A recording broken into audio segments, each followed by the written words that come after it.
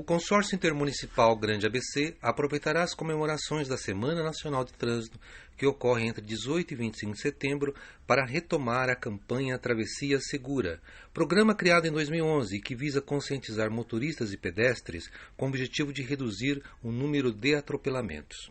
Em entrevista exclusiva à revista do Repórter Diário, a especialista em planejamento urbano e coordenadora do GT, Grupo de Trabalho do Consórcio, defende medidas como a redução de limite de velocidade adotada recentemente na capital, em meio a muita polêmica. A seguir, veja os principais trechos da entrevista. Bom, eu acho que esse ano o Denatran foi bem feliz na escolha do tema, porque cada ano a gente tem uma escolha de temas diferentes. Geralmente, os temas eles estão muito focados a um assunto específico, ou ao não utilização de bebidas ao volante. A gente já teve temas voltados mais com relação a excesso de velocidade.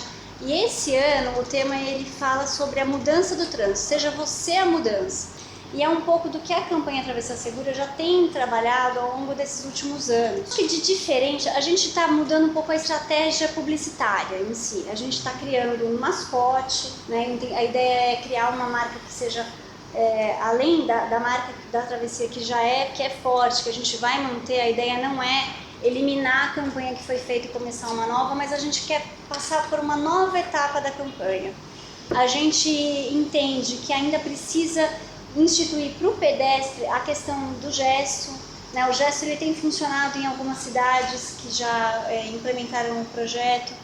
Ele ainda é um equipamento, uma forma do pedestre se sentir um pouco mais seguro. Então a ideia é que a gente foque nessa etapa da campanha na implementação do gesto do pedestre solicitando a passagem para o motorista. Claro que o gesto ele não é obrigatório, inclusive ele não é regulamentado, né, pelo Código de Trânsito, mas ele é uma forma do pedestre se sentir seguro e visto, né, e visto pelo motorista para poder fazer a travessia. Então a gente volta agora nessa fase da campanha retomando todas as orientações e o trabalho voltado para os motoristas. Então a gente retoma folders, materiais indicativos, outdoors para o motorista, mas focado principalmente nessa questão do gesto ao pedestre. Nós tivemos uma redução de cerca de 16% no número de atropelamentos aqui no ABC. Tivemos casos aí recentes em São Paulo de motoristas que perderam o controle por alguma razão, ou por embriaguez, ou até por excesso de velocidade, e atropelaram no próprio passeio público. Então eu acho que a velocidade precisa ser controlada também. Nós não chegamos a discutir isso ainda no GT, até porque nesse momento as discussões do GT elas são muito voltadas a elaborar a finalização do processo de licitação para o início dos projetos aqui do consórcio, né, do Pacto pela Mobilidade, e dessa questão da travessia segura. A gente está trabalhando com mais ênfase com relação a isso. Mas eu acho que essa medida que foi tomada em São Paulo, ela é necessária. Por mais que ela desagrade a maioria das pessoas, ela é necessária. Você pega uma avenida numa área mais central, uma movimentação grande de pessoas, a 60 por hora é um risco muito grande. Então, principalmente para os pedestres, principalmente.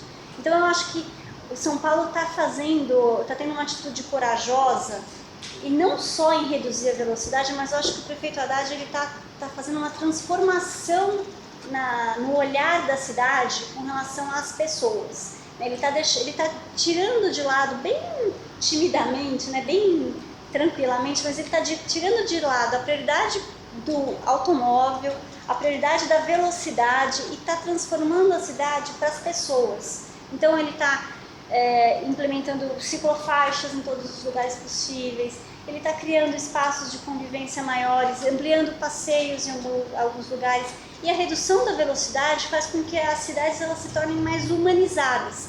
Quando você passa numa via que ela é 30 por hora, 40 por hora, o risco de um acidente ele é muito pequeno.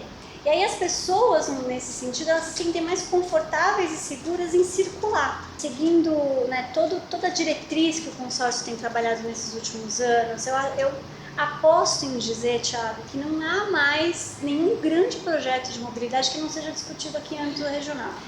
Hoje o ABC ele é uma única grande cidade de 2,5 milhões de habitantes.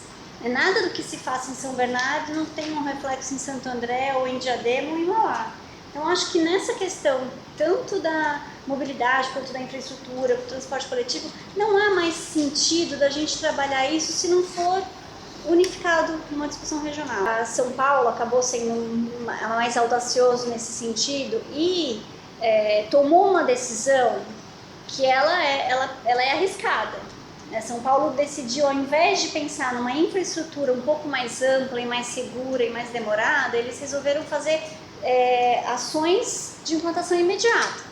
É uma alternativa, é uma proposta que tem que ser considerada e que tem que ser respeitada. Então, se vocês forem analisar mais adiante, quando a gente estiver desenvolvendo os projetos em todos os eixos, a intenção é que onde for possível, onde a infraestrutura permitir, a gente contemple também o sistema de circulação de bicicletas. Então, a própria linha 18, ela tem uma ciclovia projetada ao longo de toda a linha 18. Santo André, por exemplo, agora com os corredores que estão previstos no BID, tem uma malha cicloviária também prevista em conjunto com os corredores. A mesma coisa em São Bernardo. Na verdade, nós lançamos 2 vezes o chamamento público. No primeiro momento, lançamos só da ciclofaixa de lazer, a exemplo do que tem em São Paulo. E aí depois nós fizemos uma associação da ciclofaixa de lazer com as bicicletas de aluguel, com a bike sharing, para ver se conseguia atrair um pouco mais de público.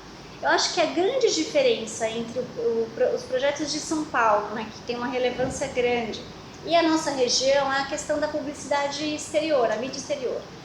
Em São Paulo, você ter a sua marca registrada ou numa bicicleta de aluguel, ou mesmo na ciclofaixa de lazer, vale ouro.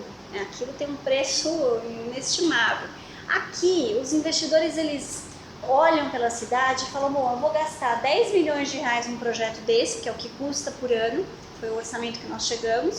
Eu vou gastar 10 milhões com um projeto desse, ou eu vou gastar 10 milhões em outdoor, bus doors, painéis eletrônicos. Acho que é a gente começar cada vez mais a se convencer de que a cidade ela não é dos automóveis, ela é das pessoas. É que esses elementos todos, eles são muito polêmicos.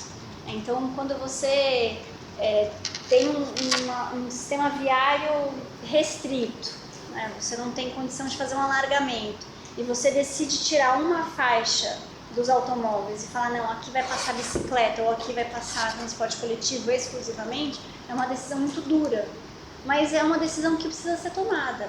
Ninguém está dizendo que as pessoas não devem ter automóvel, só que eu tenho que saber o quanto custa esse automóvel para mim. Então, a minha ida ao centro da cidade, por exemplo, ela vai ter que ser considerada com estacionamento privado, não na via pública.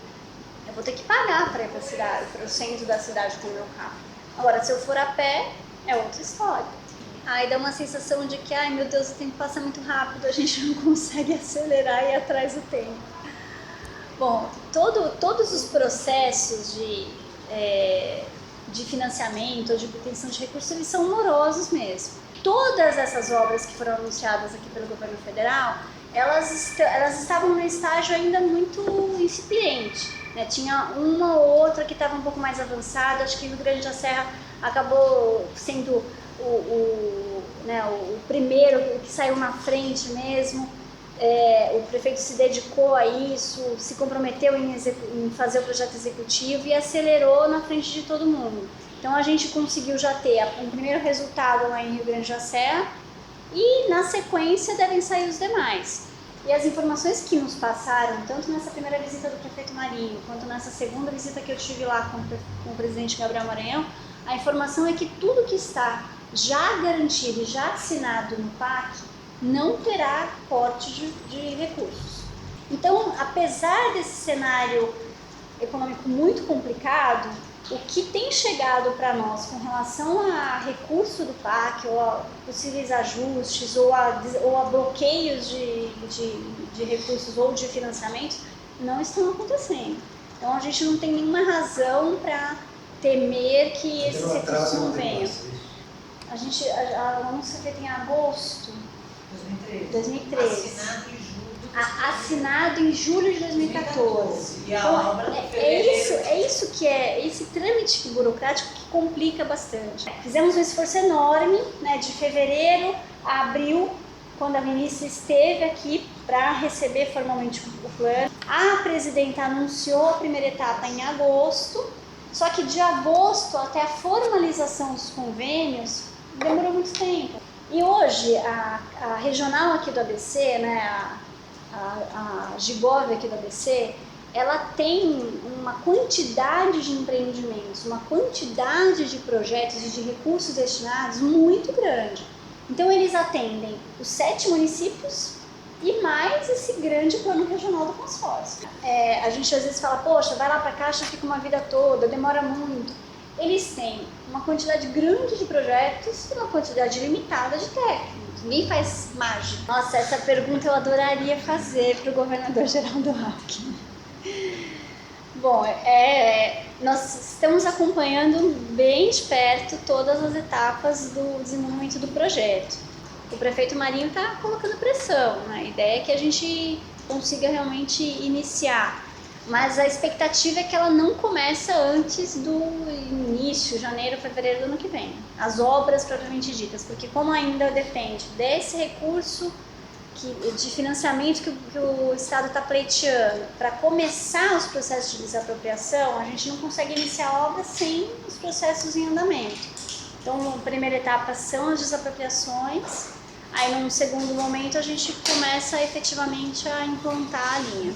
O Estado está culpando realmente o governo federal, né? Uma das conversas sobre o acompanhamento do projeto, teve um assessor lá que falou no final, a realização desta obra depende exclusivamente do governo federal. Não é bem assim. Aí na última conversa o prefeito Marinho pegou bem pesado e falou, escuta, o Estado tem como antecipar recurso? Vocês têm um valor de recurso próprio para esse empreendimento. Se fosse exclusivamente financiamento, exclusivamente recurso do PAC, por exemplo, tudo bem, olha, não tenho nada previsto de tesouro. Mas eles têm uma parte do recurso que é sim do governo do Estado. Poderia antecipar isso para acelerar. Mas aí é uma questão de vontade política. Depende da caneta. Depende da caneta. Depende da caneta.